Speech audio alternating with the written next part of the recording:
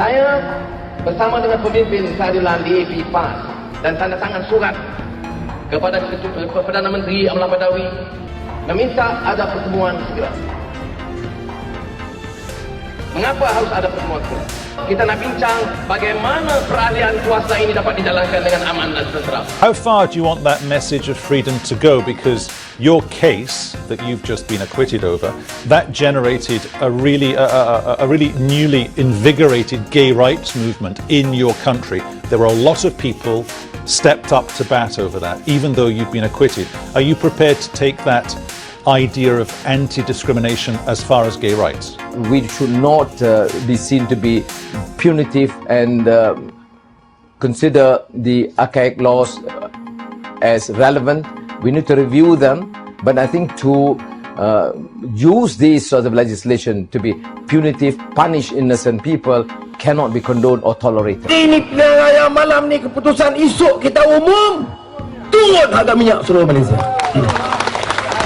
First, the Allah issue. I mean, it's completely insane, if not ridiculous, to suggest that you can impose upon others, non-Muslims, a law denying them the right to call their God whatever name. You can call any other name except Allah. So there's a law. And Christians, I mean, here, my brother Michael Bong is here. I mean, very strong networking among the Christians in Sarawak rejected this. But this can only come from a ruling establishment or clique that is myopic, racist, or clearly intolerant and undemocratic.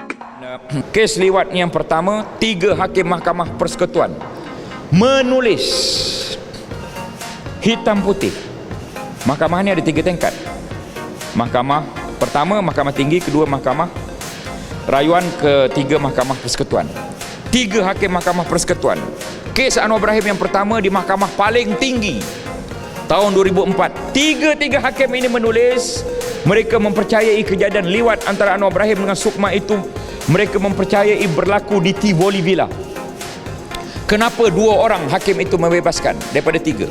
Kerana Azizan terlupa tarikh, tuan-tuan. Itu sahaja sebabnya, bukan pelakuan liwat tidak berlaku, tapi Azizan terlupa tarikh.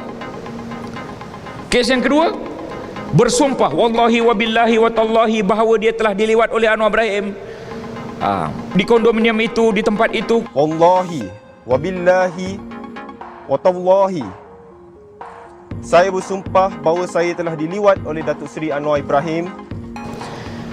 Kalau sumpahnya itu tidak benar, dia rela dilaknat oleh Allah dunia dan akhirat. Pegang Al-Quran dalam masjid wilayah persekutuan, disaksi oleh bapa. Sekali lagi, Anwar Ibrahim bebas kerana technical DNA dalam sampul kecil masuk dalam sampul besar. Sampul besar dibuka, bukan buka sampul kecil, oleh pegawai penyiasat.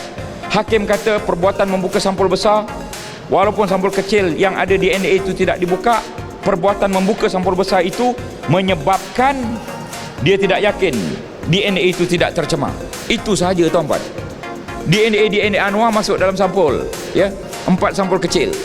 DNA berus gigi, DNA tuala, DNA mineral water, DNA dalam dubur Saiful, 4 sampul. Dibawa dah di makmal masuk dalam sampul, ya.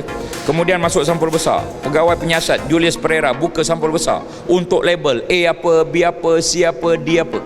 Perbuatan melabel itu tanpa membuka sampul kecil menyebabkan hakim kata dia tidak yakin 100% DNA itu tidak tercemar. Itu sahaja Anwar Ibrahim bebas.